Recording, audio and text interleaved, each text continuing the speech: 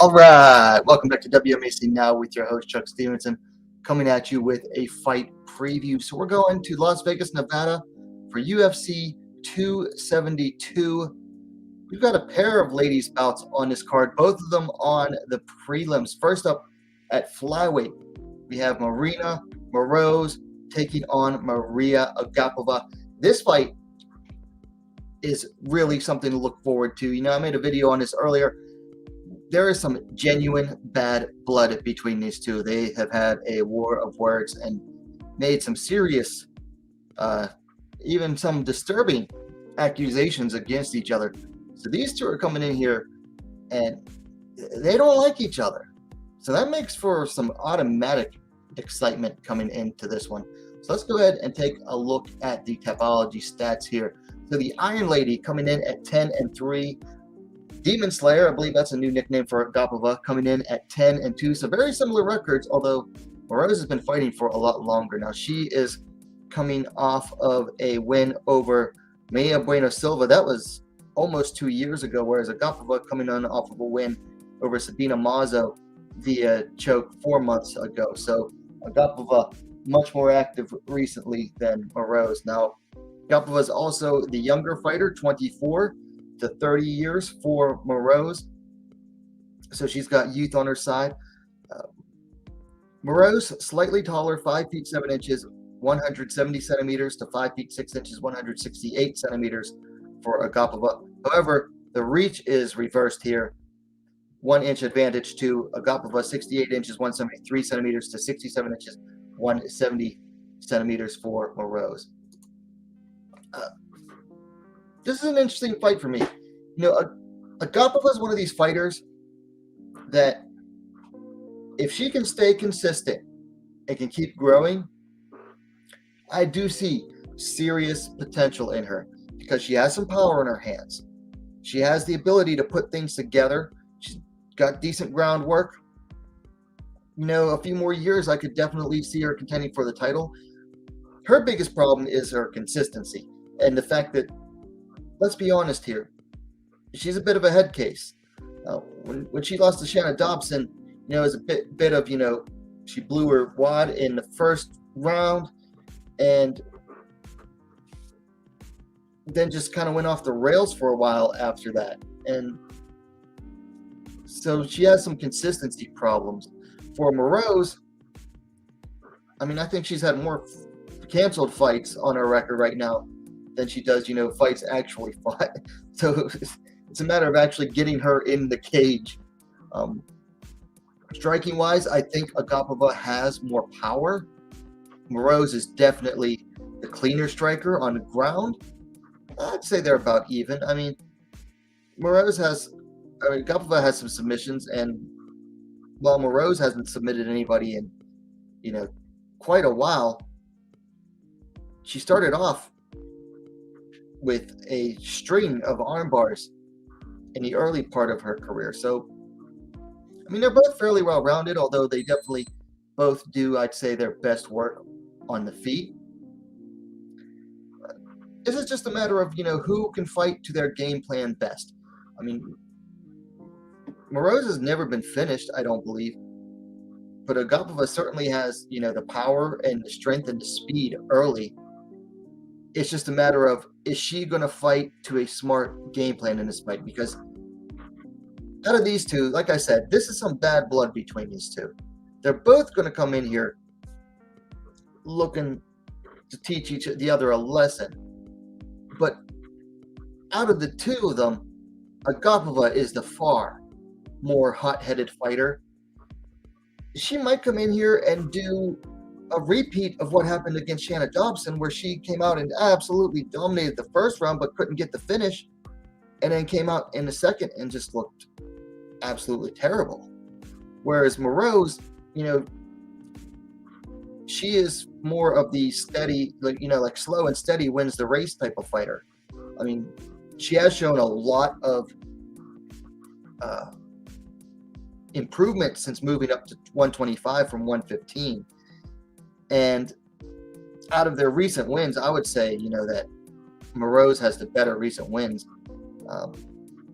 they both have a common opponent in Sabina Mazo. Now, Moroz went to decision against her, and Agapova finished her.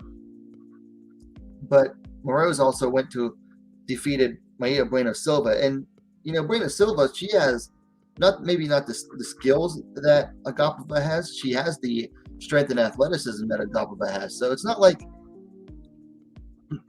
Agapova has anything that Moroz hasn't seen before.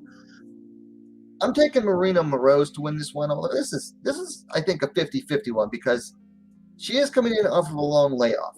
But I think that Moroz can control her pace better and can stay in this fight longer than Agapova has. And I just don't trust Agapova to fight to like a good game plan and stay consistent enough throughout the fight, whereas Moroz is a pretty consistent fighter throughout every round. So I'm going to go with Maryna Moroz to win this one. Next on the card, we have a strawweight bout. Marina Rodriguez taking on Yan Xiaonan. And this is going to be most likely a number one contender bout. Now, Rodriguez riding a 3-fight win streak into this one. Yan having lost her last one, but was climbing the ranks up before this. I mean, Rodriguez is ranked number 3, Yan ranked number 4. The winner here could easily be next for a title shot. So let's go ahead and take a look at the stats on this one. Rodriguez coming in at 15-1-2. Yan coming in at 13-2.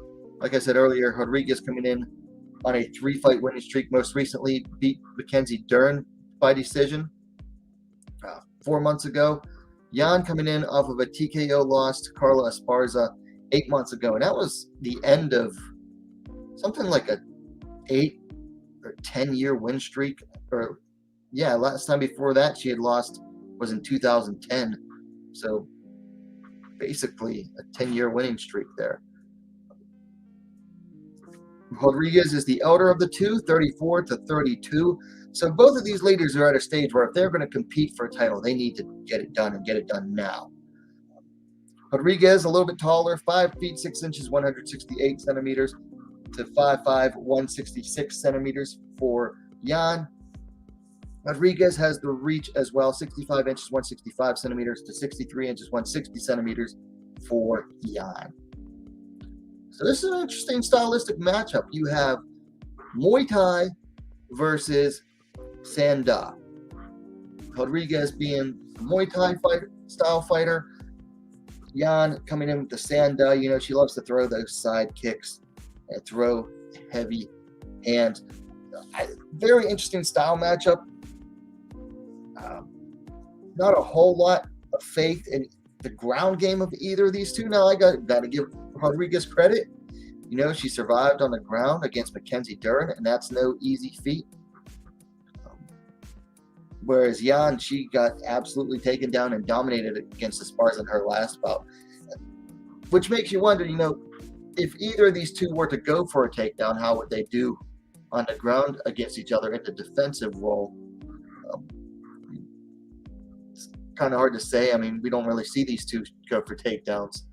So I think this is mostly going to be a stand-up affair. Yan, to me, always comes across as what you would call a technical brawler.